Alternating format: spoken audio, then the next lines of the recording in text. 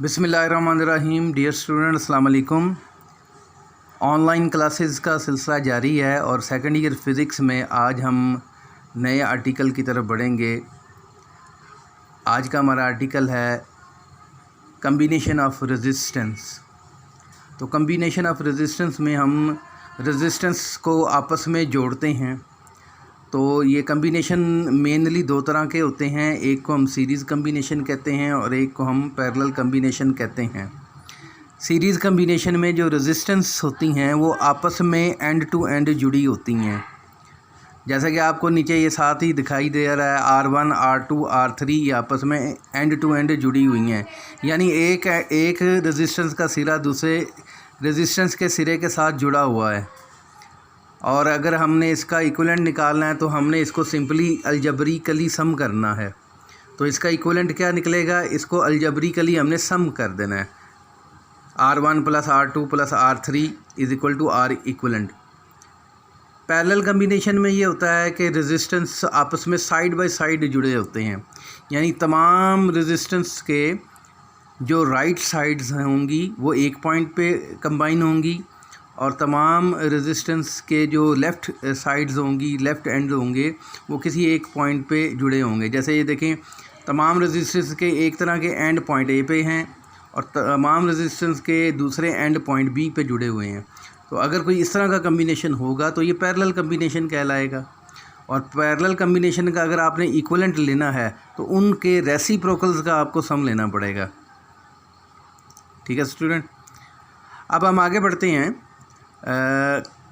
Resistivity क्या होती है, तो इसकी डेफिनेशन हम यूँ करते हैं, resistivity of 1 metre cube of a conductor. किसी ऐसे कंडक्टर की रेजिस्टेंस जिसका वॉल्यूम 1 मीटर क्यूब हो, उसकी रेजिस्टिविटी कहलाएगी।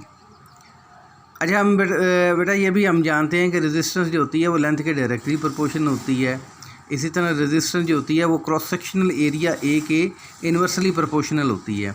अगर हम इक्वेशन नंबर 1 और 2 को कंबाइन करेंगे तो हमारी रेजिस्टेंस जो होगी R = प्रोपोर्शनैलिटी सिंबल रहू L/A। यहाँ जो रहू है इसको हम रेजिस्टिविटी बोलते हैं और फर्दर हम इसकी डेफिनेशन यूँ निकालेंगे, रहू = RA/L। यहाँ रहू प्रोपोर्शनैलिटी कांस्टेंट है और इसको हम कंडक्टर की रेजिस्टिविटी कहते हैं। इसकी यूनिट अगर ये रेजिस्टेंस की ओहम रेजिस्टेंस की यूनिट ओहम और एरिया की यूनिट मीटर स्क्वायर और लेंथ की यूनिट मीटर पुट करें तो सिंपलीफाई होकर ये हमारे पास जो इसका यूनिट आएगा ओहम मीटर कहलाएगा। इसी तरह कंडक्टेंस क्या होती है, रेजिस्टेंस का उलट होती है। रेजिस्टेंस होती है करंट के फ़्लो में अपोजिशन या रुकावट या मुश्किल। तो ये इसका उलट है, easiness in the flow of current. आप इसको यूँ भी कह सकते हैं, the reciprocal of flow of current, ये भी ठीक है। तो इसको हम G से डिनोट करते हैं, G = 1/R। Here R is the resistance. अब इसका यूनिट क्या होगा, अब आप इसके यूनिट को लिख सकते हैं, इसका ऐसा यूनिट होता है सीमन या फिर मोहो। ओहम को उलट कर देंगे ना तो मोहो बनेगा, क्योंकि ये उसका उलट होता है रेसिप्रोकल। या फिर हम लिख सकते हैं पर ओहम। ठीक है, इसी तरह हम देख